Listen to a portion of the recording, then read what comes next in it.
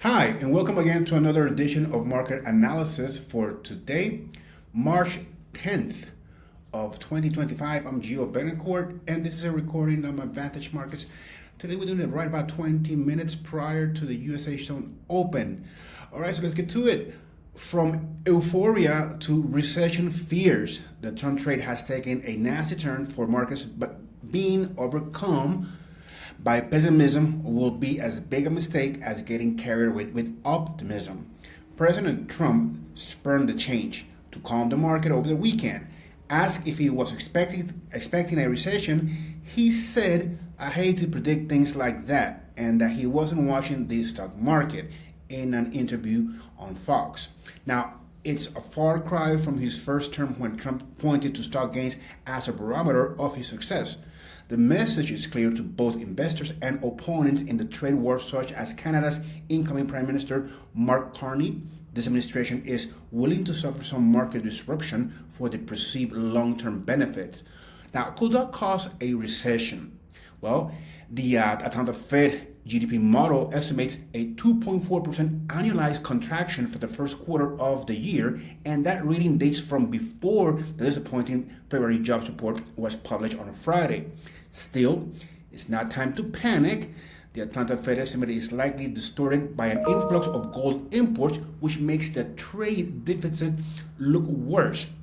Now, as gold isn't being imported for consumption purposes, now traders look to be loading up on the precious metal ahead of any potential import levies.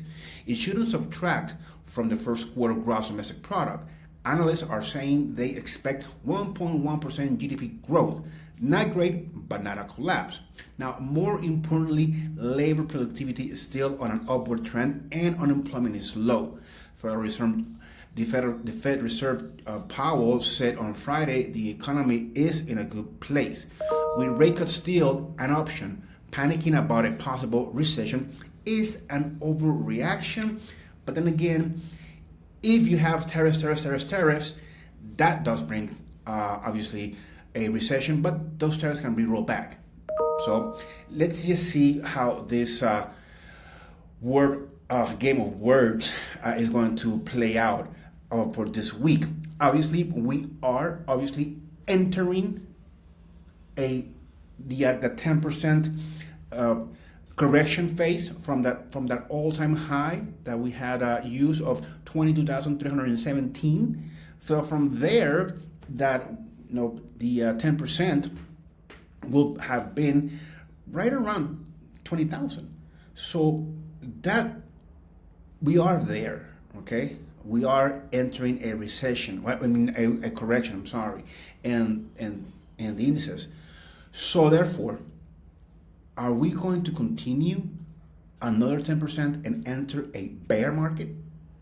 Well, if things keep going the way they are, that might be the case. Okay, so let's just use that the lower Bollinger Band, okay, as our first level of support for the index. We have broken 20,000. Well, we violated 20,000. In order to say we have broken, we have to close below this level. So chances are that the continuation, let's see if we'll find some support right around these levels where the market is at. But if things do overfill, then we probably most likely will see another leg down. All right. So therefore, I'm going to speculate down, so selling the indices today. Then we have the S&P. So let's take a look at where we can find some support for the S&P. Okay, let's use that swing low as our first level of support, and then just another. I like round values. Okay, so there you go. We have 56.40, and then resistance, that same swing high of Friday. Okay, we did open gap down on the S&P, 58.40. Now I'm just gonna use 58.20. Okay, so selling. Then we have the Dow. Okay, 42,000 jumps at me just so loudly. So 42,000, just right around there, 42,000. There you go. 4205, 41,750 is going to be the next level, right around that level. As far as resistance, 43,000. No, I'm going to use the swing high. And then 43,250. No, I'm just going to use this swing high also, which I'm anticipating just another move lower. Also, opening gap down. So selling the indices at the beginning. All right, crude oil. Crude oil seems to be entering. I'm looking at crude oil, and I'm going to speculate. Even though we do have a what we can call basically so far an upstanding triangle, but I am going to speculate a move lower. So I'm gonna say sell. Nat Gas. Ooh, wow, $5. Hit $5. It hit $5. I called it last week. So $5. But what a pullback. Strong pullback on that perspective. So I'm gonna use the upper Bollinger Band. I mean that it opened so strongly, gap up. Obviously, this demand from Europe. I had read somewhere that Europe was down to about, when I read it, which was last week, they were down about 12 days of their natural gas reserves that they had obviously purchased from Russia.